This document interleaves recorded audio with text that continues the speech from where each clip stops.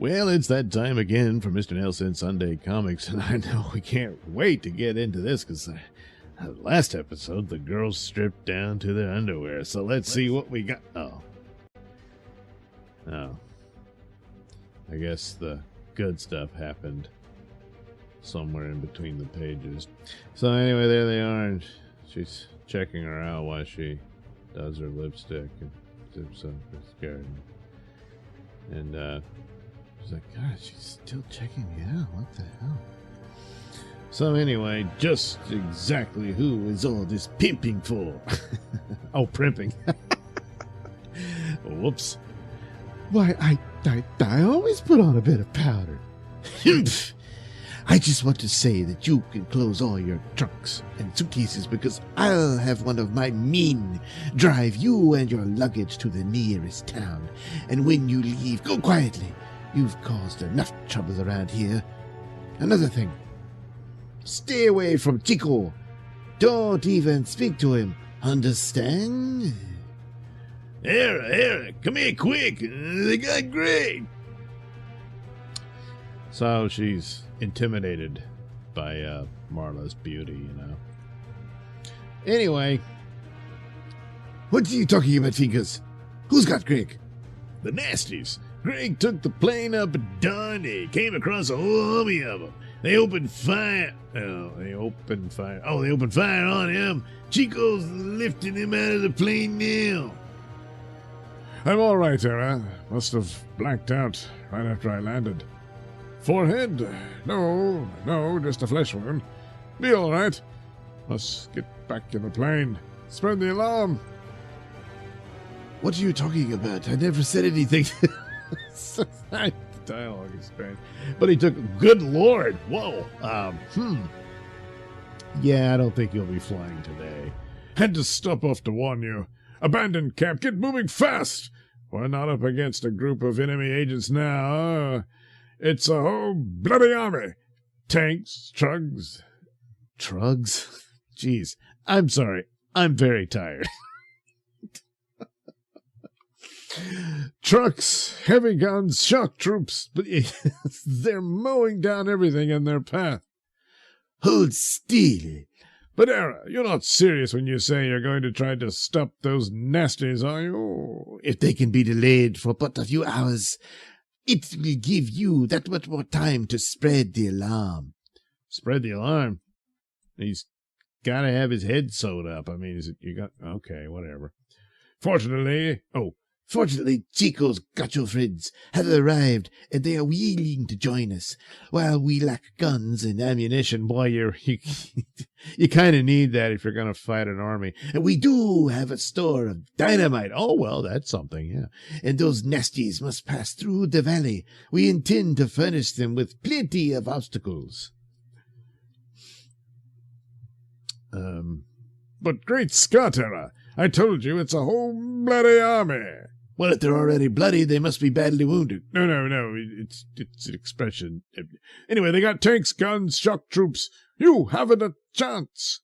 Greg, you British would risk everything to keep the enemy from your shores. We Brazilians are no different.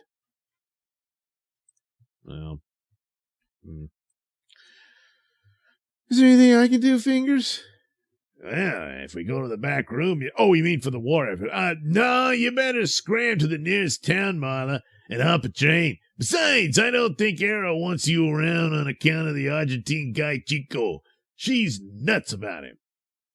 I've left a burro for you, Miss Theory. Take that trail. It will lead you into town. And you, Fingers, may accompany her, unless you wish to join my men and follow me on foot. We have not sufficient horses for all. The infantry. Hot damn!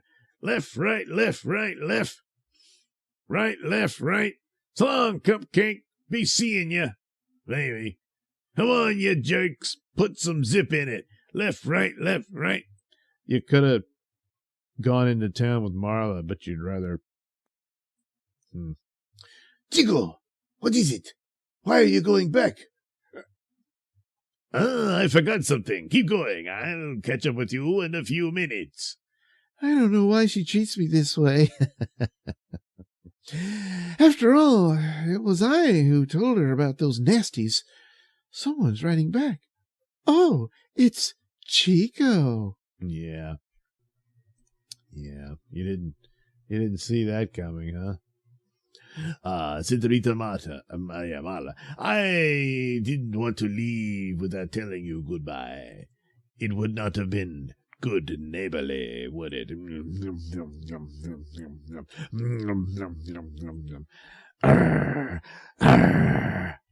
It's kind of odd because, they pretty much look alike, so. Anyway, let go of the rein. I'm going back after her. But Tara, this is no time to settle personal differences. We pledge to halt or delay the invading army. Each of these unarmed men knows he is going against hopeless odds. That this may be the last sun he'll ever see. All right, go forward. But this won't be the last sun I'll ever see. If I have to wipe out every blasted nasty in creation, I'm still coming back to settle with that vampire and her store-bought glamour. The cavalry is moving again. Wonder why they stopped. Era must have seen something. Well, she sure did. Uh-oh, now I get it. Chico went back to say goodbye to Marla. Well, fellers, you can quit worrying about them nasty tanks. Era's so hoppin' mad she'll smash the living BG out of 'em. I didn't want to leave without telling you goodbye. And now, Senorita Mala, make all haste to the nearest town. I heard Era tell you to take the burro, but I noticed the car is not in use, so... Take it! No sense to leave it for the nasties. If I survive this day, we'll meet again, Mala. I'll find you. Adios. Minutes later, I have most of the luggage in the car, but I can't budge that trunk. It'll only take a minute to empty it. Yeah, that's her concerns, I certainly don't want to leave anything for those nasties. What's that? Something dropped. She's put the burro in the backseat. They'll give you a ride, too. Gee, thanks, Marla. Don't mention it. What's that? Something dropped. Can't take time to see what it is now. Oh, that was me. Sorry. You might want to get a bucket of water and flush it out. But as Marla steps on the starter, her heel crushes a tiny glass vial, releasing a cloud of glistening powder that spreads like fine dust. And... Boy, she's got a weird foot, huh? Anyway. Disintegrates every particle of metal. What on earth? Jeez. Come on. What happened to the car? This is unbelievable. It sure is. There isn't a particle of metal anywhere.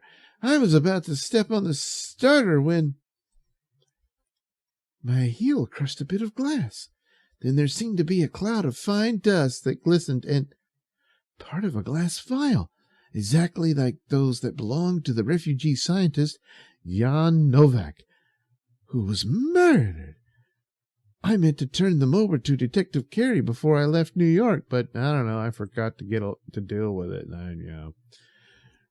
Remember. I remember the nurse who brought them to my house. She was looking for Detective Carey. He just left? What am I going to do? I'm being followed. I was Jan Novak's nurse. Mr. Novak feared that Axis agents were after some papers and personal effects which he kept in his bag. So yesterday I took them with me, and last night he was murdered. Shh! Someone's at the door. Madam, you are harboring a criminal. I'm Gruen Novak, nephew of Jan Novak, and the nurse I seek has stolen valuable papers from my uncle's home. I know she's here. I see her bag on the table. Well, that's not a nice way of referring to... Oh, you said one bag. Okay. Well, that looked good for you, Burrow. You thought you were going to get a nice trip, but you're going to be the ride. Anyway, back to the flashback. Yes, yes, at last. Here are the records and several vials of powdered acrothorium. Those two silly fools little suspect that the powder in these vials will disintegrate any metal on contact. Ha! Armed with this stuff, Gruen has a great future. Give me that bag, you lying thief, or I'll call the police. Nurse Lynn will be unable to call anyone. She'll be too busy nursing that. Yeah. Kitty doesn't like it when you attack Nursey. Be careful with that bag. Don't drop it or... Let go of the cat, or I'll drop it on your head. Oops. Now I can understand why Gruen was so terrified when the bag went through the window. Fortunately, the vials didn't break, and while Gruen rushed out to get the bag, I told Cappy, our doorman, to hide it. Gruen disappeared when the police caught Novak's murderer. Okay, we're all caught up. The rest of those vials must have been in my luggage someplace, and if I find them, Era and Chico won't have to worry about those nasty tanks and guns. Yeah, that's a good idea there, Marla. Anyway, meanwhile, holy smoke, cannibals, head-hunting cannibals. Stop! Don't shoot them fingers. But Era, They are Brazilian Indians, you Yankee idiot. There are many such tribes in the interior. These men are skilled in the use of blowgun and poison darts. They have come to help us. After we have dynamited the hills, the nasties must leave the protection of their tanks and trucks to clear the pass. That's when these Indians will prove the efficacy of their primitive weapons. Now then, Ingba, you have sent messages and signals to the tribes? yeah, we have. Warriors from every tribe are even now moving with the swiftness of light to join you. They are mighty fighters, and they will... Hey, Era, what's he gibbering about? Don't tell me you dig that jive. If you don't mind your own business, there will be some headhunting around here. Never mind what I dig.